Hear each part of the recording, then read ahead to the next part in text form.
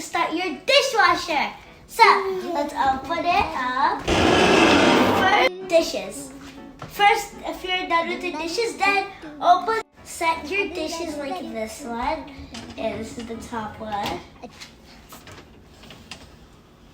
You also have like this in our dishwasher if you want to put small items. Dishwasher and this. So this is our dishwasher and premix, and then look, so cool. This is the rinse aid. Cool.